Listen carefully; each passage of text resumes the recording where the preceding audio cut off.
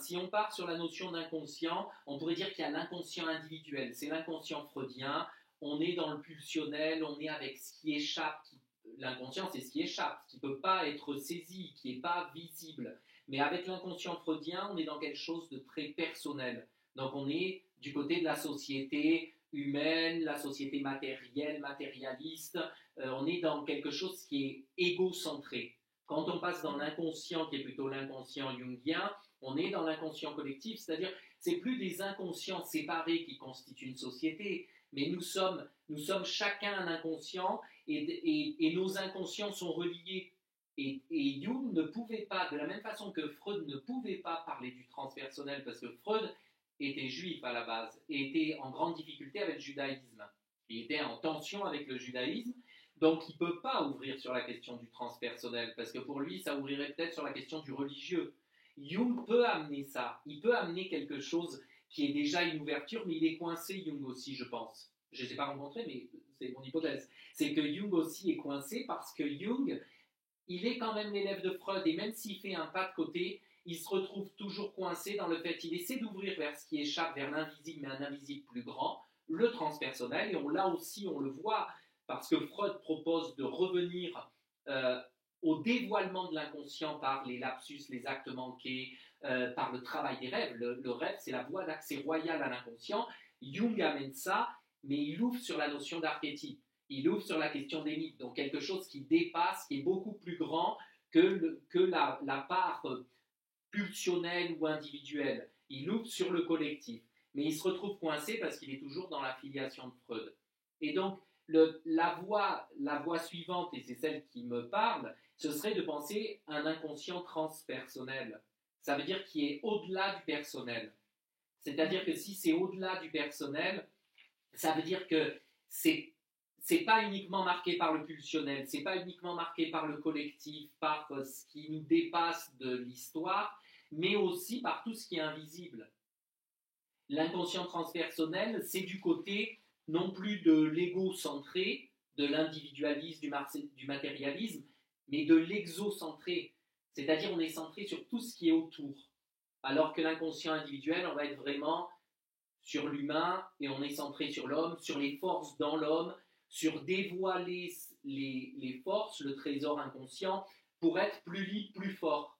Alors que dans un inconscient transpersonnel, pour moi, on est dans une vision exocentrée, on est dans une vision, on est dans une société spirituelle, et donc ce qui nous intéresse, c'est pas le dévoilement, c'est se connecter au divin qui est déjà là.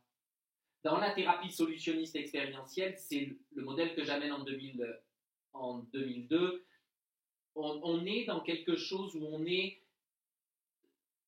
orienté sur le patient a déjà toutes les ressources, mais les possède, il ne les a pas acquises au cours de son histoire, elles sont là de fait, parce qu'il est partie divine, il est divin de fait, donc la thérapie elle-même ne va pas viser à enlever, à nettoyer, à dévoiler, à remédier, la thérapie va juste être de permettre à l'homme de se relier à celui-là qu'il est déjà, à cet être déjà réalisé.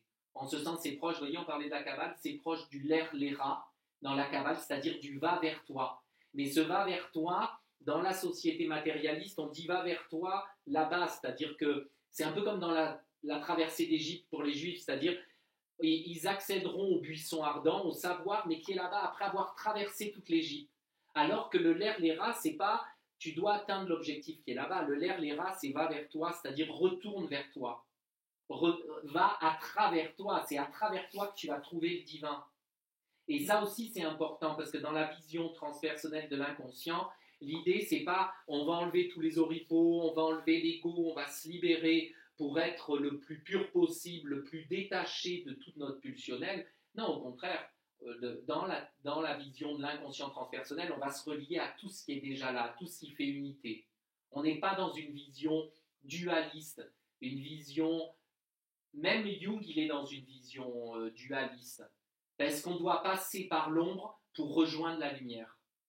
Freud, il essaie de séparer l'ombre et la lumière. Freud, c'est vraiment l'arbre du bien et du mal dans le jardin d'Éden. Ça veut dire qu'il y a d'un côté l'arbre de la connaissance, qui est l'arbre du bien et du mal, et puis il y a l'arbre de vie. Et Freud, il est du côté de l'arbre de la connaissance, c'est-à-dire il y a le bien d'un côté, le mal de l'autre. Et le surmoi, il vient réguler ça. Jung, pour moi, c'est le jardin d'Éden. Jung, il dit, ben, ce qui est intéressant, c'est que si on passe par l'ombre, on accédera un jour à notre lumière. Dans tout noir, on y voit le blanc.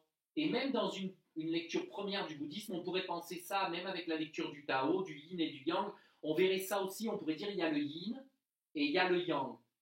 Alors qu'on pourrait penser, si on sort d'une vision dualiste, déjà Javaria a amené ça, il y a le yin-yang.